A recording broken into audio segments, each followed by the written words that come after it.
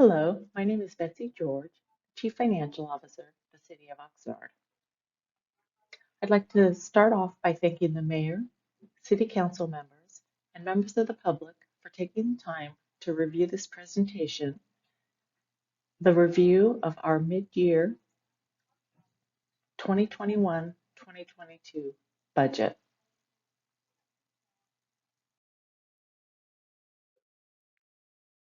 Staff and the City Manager are recommending that City Council receive an update on the fiscal year 2021-2022 revenue expenditure projections for major funds. These major funds include the General Fund, the Measure O Fund, and the three enterprise utility funds: water, wastewater, and environmental resources. In connection with this mid-year budget review, there are a few recommended actions. The first is we're recommending City Council approve a budget appropriation request in the amount of $1 million to the Public Liability Fund and $162,947 to the Workers' Compensation Fund. Two requests for action are related to staffing. We're recommending City Council adopt a resolution approving an amendment to the position control resolution and adopt a resolution approving amendments to the classification and salary resolution. There are details for these recommended actions in the staff report that's accompanying this agenda item, as well as there will be some details provided in this presentation. The first look at the detailed numbers is our general fund at a summary level. There are more detailed broken out slides to follow. Just to orientate you with the slide, and the next several slides will have the same format, so I won't spend the time on the orientation, but the revenue portion, the inflows of our resources are in the top half, and then expenditures, the outflows of our resources, is in the bottom half. We also have our revised budget, which is the first column of numbers, and that represents the adopted budget that Council adopted in June of 2021. And then it includes any budget adjustments that have occurred between July 1st and October 31st. And those budget adjustments would have been brought to Council and then incorporated into our budget. The next column is our current fiscal year 2021-22 estimates. And these represent the work that we've done in December and January with all of the city departments, as well as the city manager's office, to revise where we think we'll be at the end of the year in regards to revenues, expenditures, and the ending fund balance. The next two columns represent the change in dollar amounts, and these dollars are in millions, and then the percentage change.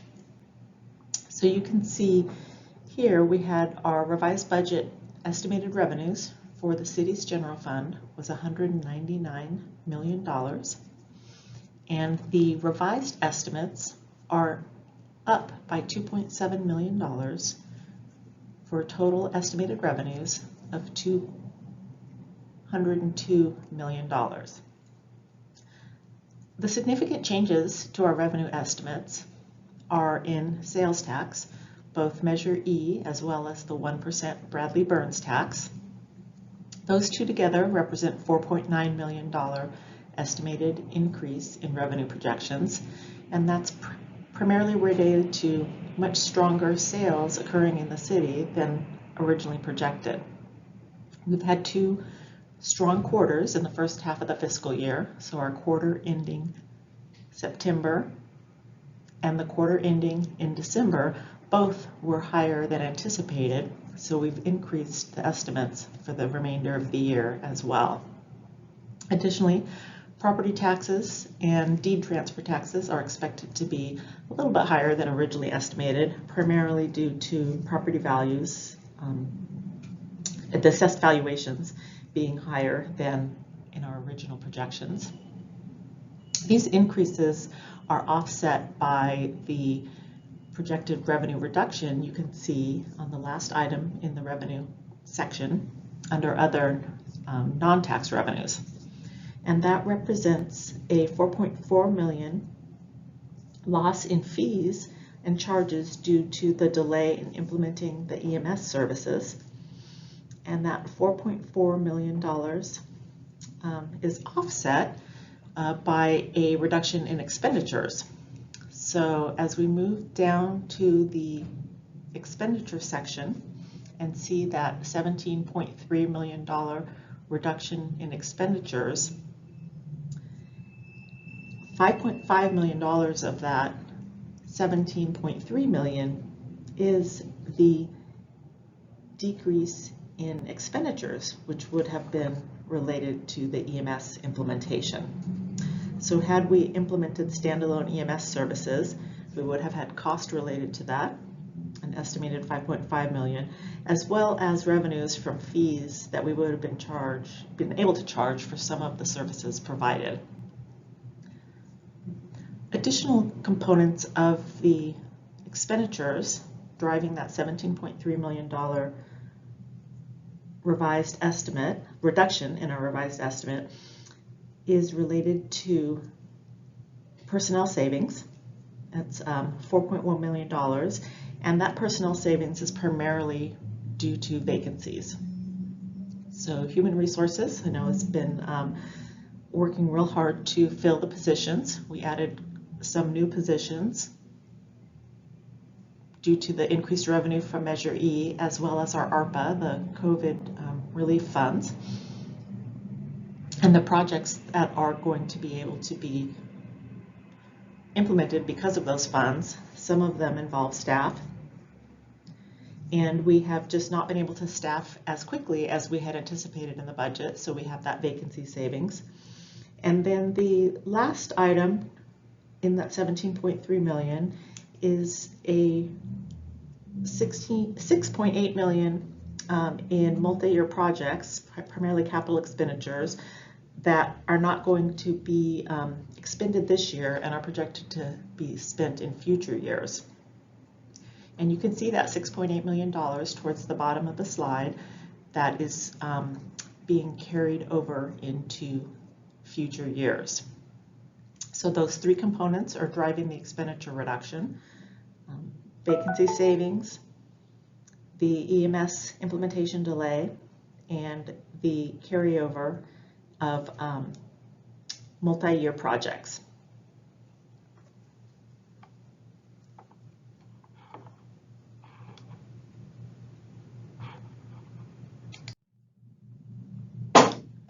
This slide provides a little bit more detail on the revenues. Where the previous slide, it was summarized by major groupings. This just shows the detail of all the various categories of revenues in the city's general fund. And so the total, the $199.6 million revised budget compared to our current estimates of $202.2 million are the same figures that were viewed on the other slide.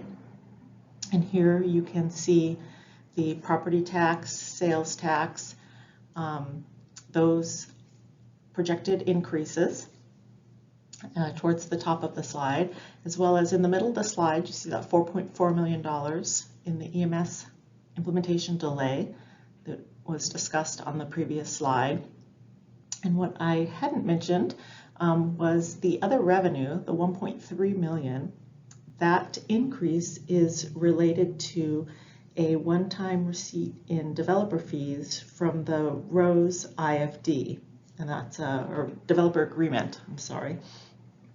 And so those funds were received already this fiscal year, and so we integrated those into our estimates.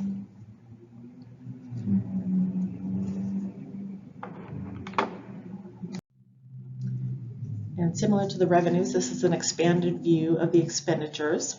In the summary slide, we had rolled up some of the administrative functions as well as public works. And this just shows you a little bit more detail by department and division of where those variances are. And again, the bulk of them are related to staffing vacancies. So in community development, police, recreation, etc. Fire, the negative, we talked about the EMS delay, and that's offset by higher than anticipated overtime. Some of that's wildlands fire related.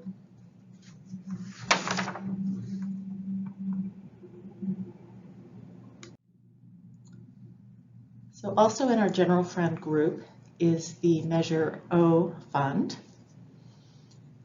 And here we have some minor changes to revenue. So initially we had projected $19.3 million in revenue. Now we're projecting $20 million. And the increase is similar to the increase in the general fund. We're just seeing stronger sales in our city, and that is driving up our sales tax collections. And then the expenditures are projected to reduce by about $2.1 million. So from 22 million to 20 million. And that reduction is primarily carrying over of multi-year projects. So projects that we had initially anticipated were going to be spent in 2021-22 fiscal year are now going to be carried over into future fiscal years. And similar to the presentation with the general fund, we see that represented towards the bottom of the slide. We're under our year-end estimates. We have our revenues minus our expenditures, giving us our net annual activity, and the Measure O fund here is nearly a balanced budget. It's slightly deficited, about $100,000, and then we're going to reserve that carryover of those projects at $1.8 million. And so of our starting fund balance from $11.4 million, we have an available ending fund balance, an estimated available ending fund balance for June 30th, 2022 of $9.5 million.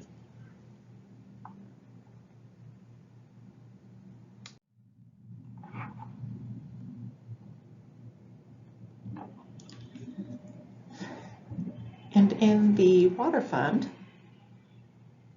again, the same format of the slide, revenues on the top, expenditures on the bottom, with our revised budget is the first column and our current estimates in the next column. We're estimating revenues for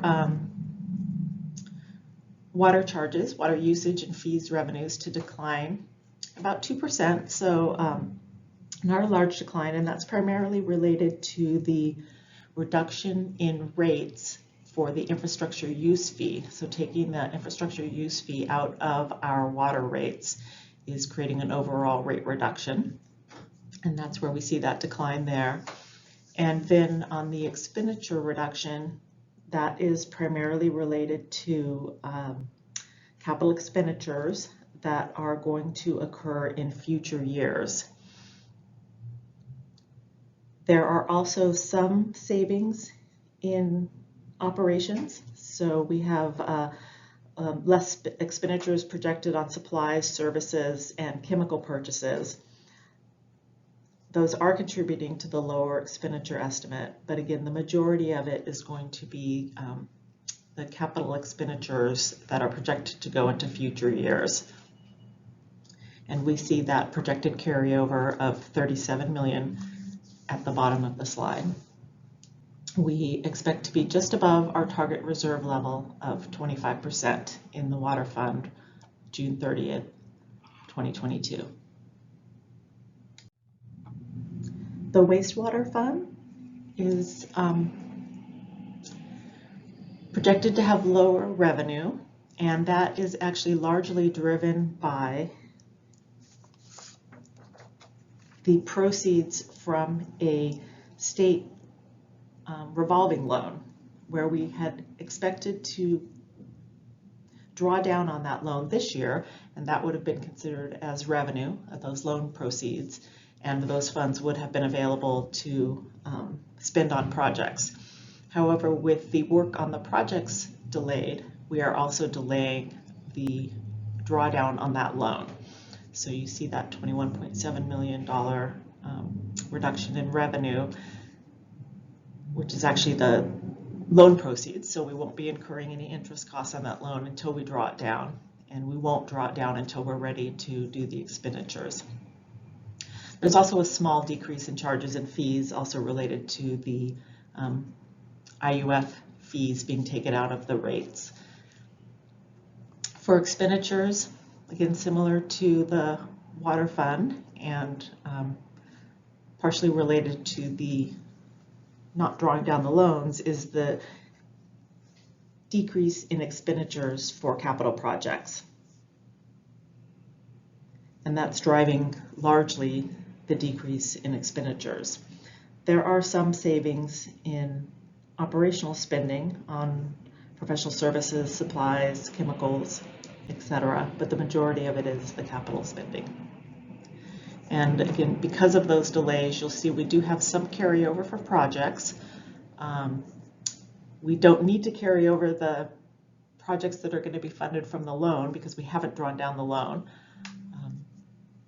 And so that those will come together, the revenue and the expenditures, when we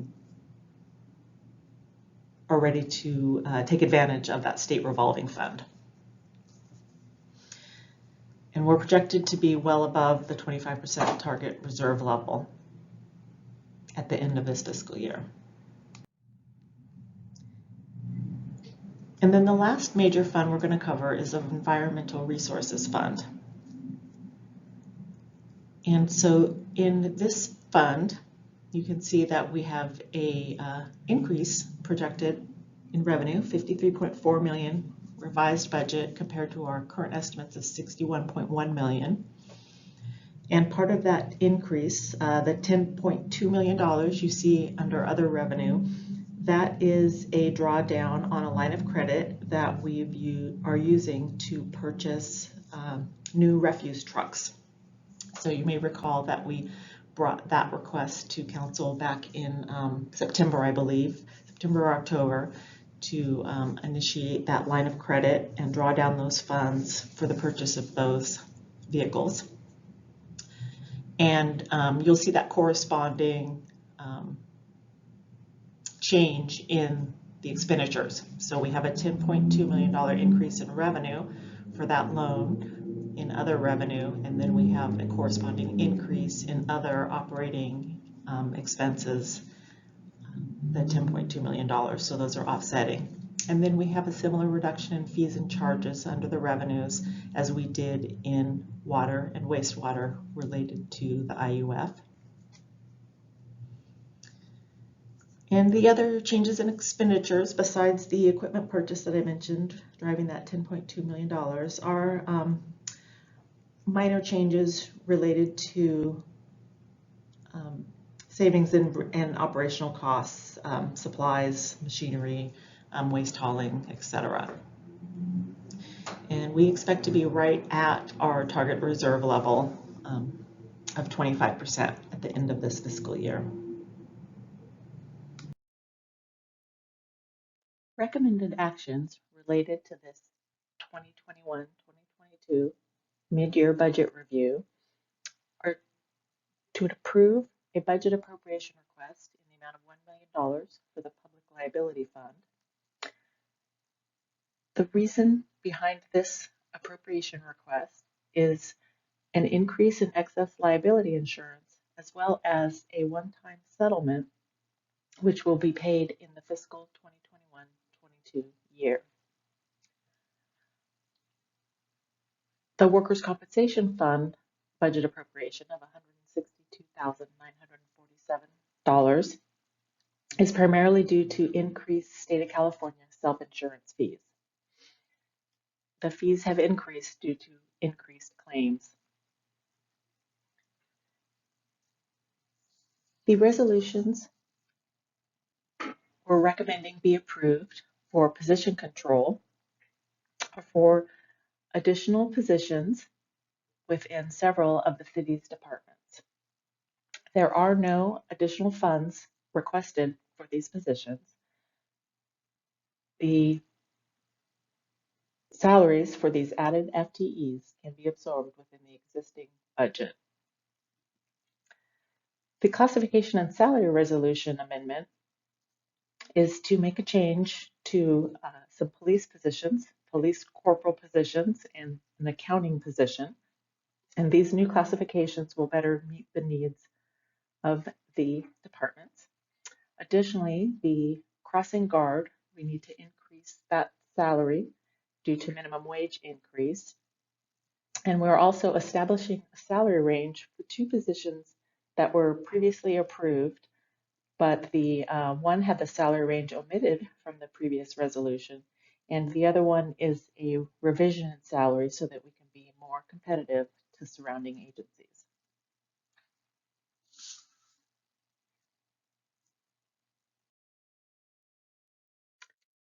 Thank you for taking the time to watch this presentation, and I will be available at the City Council meeting to answer any questions.